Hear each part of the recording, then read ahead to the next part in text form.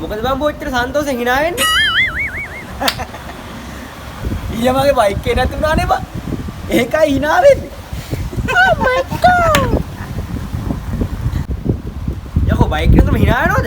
උඹට බිහියෝ. බයික් එකේ නැතුණ එකට නම් දුකයි තමයි බං. ඔබ දන්නවද මම සතුටු වෙන්නේ නැයි කිය. මට නම් තේරෙන්නේ නැහැ. මොකටද ගියාම සතුටු වෙන්නේ? කල්පනා කරලා බලහන්කෝ.